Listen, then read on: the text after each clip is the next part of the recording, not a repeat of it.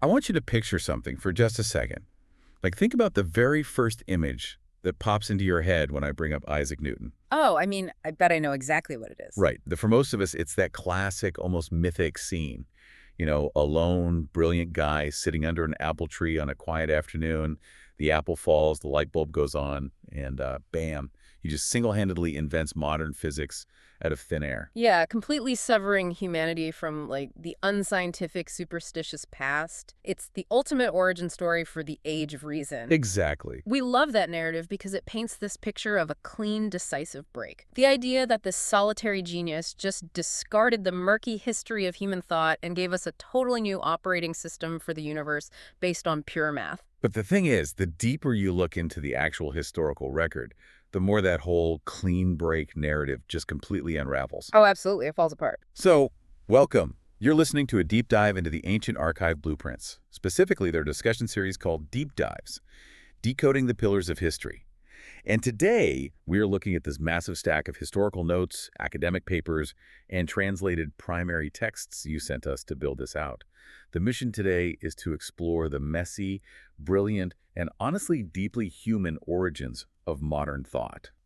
We're talking about Newton's private library, his extensive handwritten notebooks, and a set of early unpublished drafts for the Principia, known as the classical scholia. Yeah, and what those documents reveal is a man who would barely recognize that modern inventor myth we've built around him. Right, because far from seeing himself as forging some completely new path, Newton was, utterly obsessed with ancient texts. He really was. I mean, he subscribed heavily to this Renaissance intellectual tradition called Prisca Sapientia. Prisca Sapientia. Right. It basically translates to this idea of a pristine, lost ancient wisdom.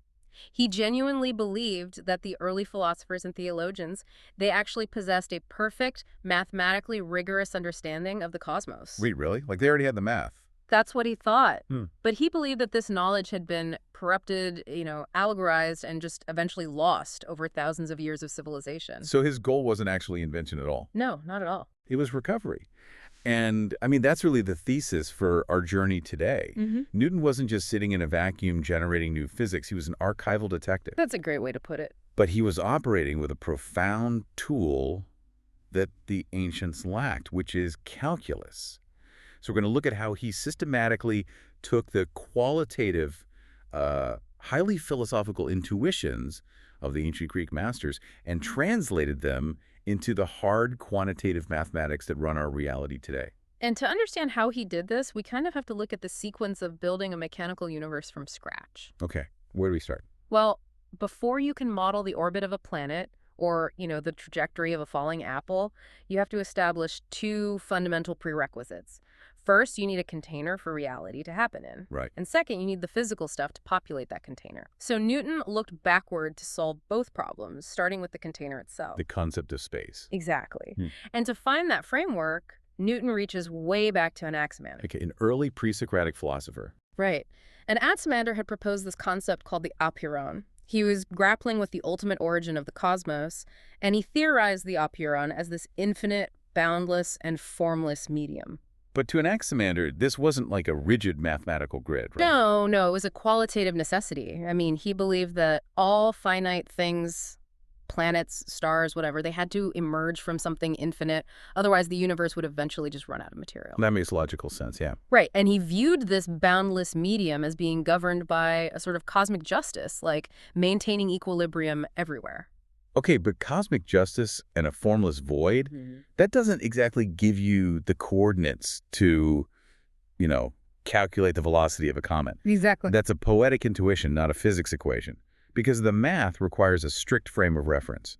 If you're going to calculate a derivative, like if you're going to measure a rate of change, you need a baseline that is absolutely still. Which brings us directly to Newton's quantitative translation. So he strips away all the mystical elements of Anaximander's boundless medium and conceptualizes it as absolute space. Absolute space. Yeah. In the Scholium, to the definitions in his Principia, Newton defines space not just as the relational distance between objects, like this chair is 3 feet from that table. Right. He defines it as a distinct, infinite, immovable entity in its own right. He actually referred to it as the sensorium of God. Oh, wow. So he essentially took Anaximander's swirling, formless cosmic soup, and he just dropped an invisible, rigid, three-dimensional coordinate system right into it. That is exactly what he did. Absolute space just becomes the ultimate unmoving backdrop. Because without that fixed stage, the concept of absolute motion and therefore the ability to calculate acceleration, it just completely falls apart. It does. That fixed stage is critical. Yeah. He formalized the void, so his laws of motion had a permanent baseline to operate against. Okay, so we have the container. Right. And once the container is defined, you have to fill it. With stuff. With stuff. So for the building blocks of matter, Newton turned to the pioneers of ancient atomism, primarily Democritus and Leucippus. Right. Whose ideas survived largely through Lucretius's epic poem, De Rerum Natura. Exactly. Democritus is such a fascinating figure to me because his atomism was a purely logical deduction. He was trying to solve Parmenides' philosophical paradox about how change can even exist if reality is permanent. Right, exactly. And Democritus concluded that you must have an empty void, and you must have these indivisible, unchangeable particles moving through it. They combine, they break apart, and boom, that's how we experience change. Right. But again, it's entirely speculative. I mean, the guy didn't have particle accelerators. He's describing the geometry of reality, not the mechanics of it. And Newton agreed with the fundamental architecture of that premise. He incorporated it into what he called his corpuscular theory. He defined matter as these solid, impenetrable, movable particles. But here's the critical pivot. Where Democritus just treated atoms as having shape and size, Newton assigned these philosophical particles a mathematically calculable property. Which is mass. Exactly, mass. So by doing that, he moves from just describing what matter is to actually defining how it behaves under duress. Yeah, the huge conceptual leap there is inertia. I mean, in his first law of motion, Newton defines inertia not as some vague tendency, but as the inherent quantifiable property of mass to resist any change in its state of rest or uniform motion. So Democritus basically proposed that the universe is made of unbreakable pebbles. Yeah. And Newton formalized exactly how much applied force you actually need to alter the trajectory of one of those pebbles based entirely on its mass. Precisely. Okay, so we have our immovable mathematical stage, and we have our indivisible actors possessing calculable mass. We're building a universe here. We really are. So the next logical hurdle is how these masses interact with one another across that vast empty stage. Right. I mean, we have to talk about gravity. Oh, yes. And this is where Newton's dedication to this prisca sapientia idea takes a turn that feels genuinely radical, like almost bizarre to modern sensibilities. It really does, because it requires looking at Pythagoras. Pythagoras. Yeah. I know we primarily know him for, his theorem on right triangles, but Pythagorean philosophy was way more expansive than that. Right, they were almost like a math cult. Exactly. They believed that the fundamental structure of the entire universe was dictated by number and proportion. And Pythagoras was deeply interested in the mathematics of music. Oh, right. He observed that consonant musical intervals, like an octave or a perfect fifth, they actually corresponded to precise mathematical ratios in the lengths of vibrating strings. Right, so you pluck a string, you have the length of that string, and you get the exact same note an octave higher. It's this beautiful intersection of pure math and sensory experience. But Pythagoras didn't just leave it in the music room, did he? He projected this harmonic ratio onto the cosmos itself, proposing the harmony of the spheres. Yes. The theory claimed that the orbital movements of the celestial bodies produced a divine harmonic resonance based on those exact same proportions. That's just a beautiful idea. Right, and for most historians, it's just a beautiful qualitative metaphor. But in those private classical scholia drafts, Newton explicitly credits Pythagoras with discovering the inverse square law of gravitation. Okay, wait.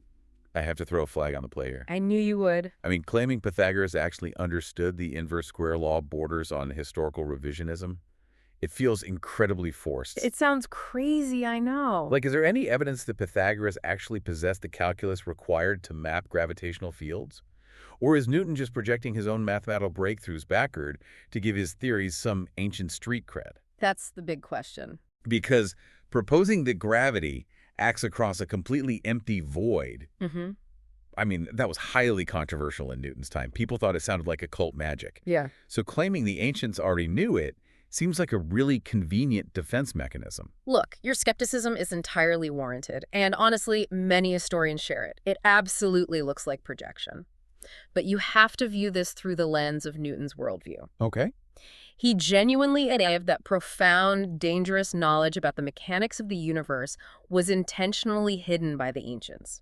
Like, they buried it inside myth and allegory to keep it out of the hands of the vulgar masses. Oh, so he viewed the harmony of the spheres as like an encrypted physics equation. He literally did. Newton looked at the Pythagorean experiments with the monochord, which is just a single-stringed musical instrument, Right. and he noted that to change the tension of a string to achieve certain harmonic frequencies, the required tension relates inversely to the square of the string's length. Right. So Newton argued that Pythagoras deliberately mapped the length of a string to the distance between a planet and the sun.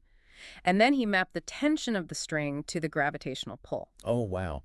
Okay, when you explain the mechanism that way, the mapping is actually startlingly coherent. Isn't it? Newton is saying the tension pulling on the string is the allegorical stand-in for gravitational attraction. Yeah. And the inverse square law states that the gravitational force between two masses decreases inversely proportional to the square of the distance between them. Yes. Newton mathematically demonstrated that this cosmic harmony wasn't, some invisible celestial choir. It was a geometric decay rate.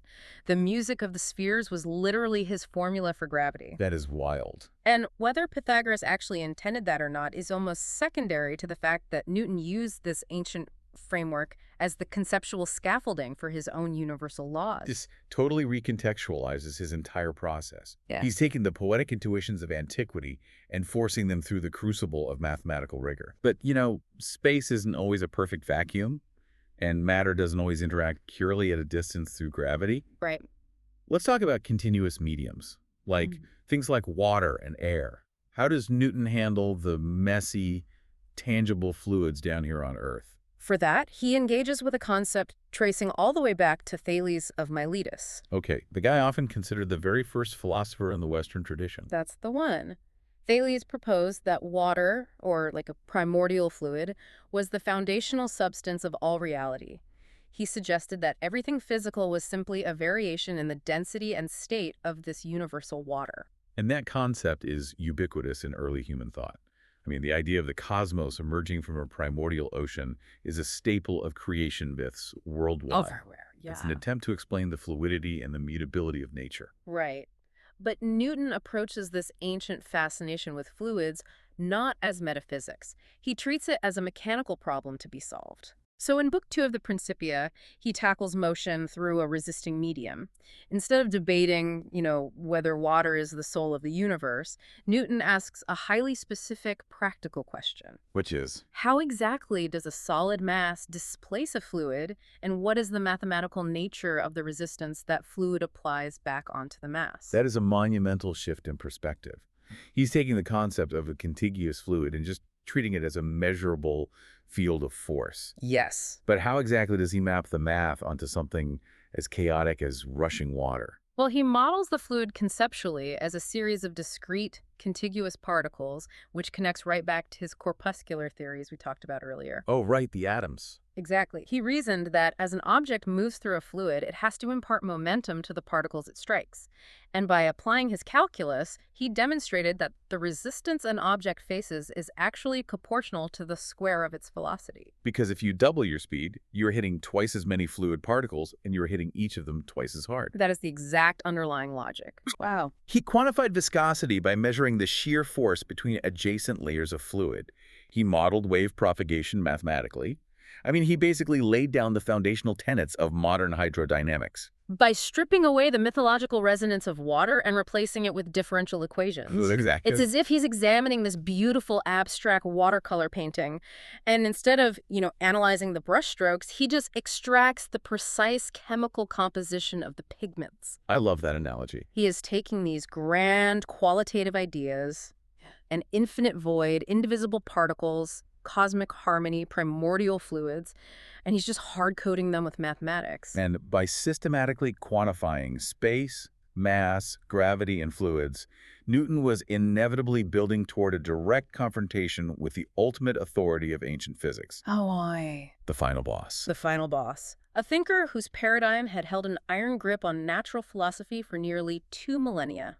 Aristotle. Right, because if you were doing any kind of natural philosophy in the 17th century, you were operating deep in Aristotle's shadow. Oh, inescapably. To appreciate the magnitude of Newton's synthesis here, we really have to understand the Aristotelian physics that he was actively dismantling. And Aristotle's universe was fundamentally driven by teleology. Right, teleology, which is the concept that objects act the way they do because of an internal purpose, like an essence or an end goal. Yeah. In the Aristotelian framework, motion isn't caused by a blind external force.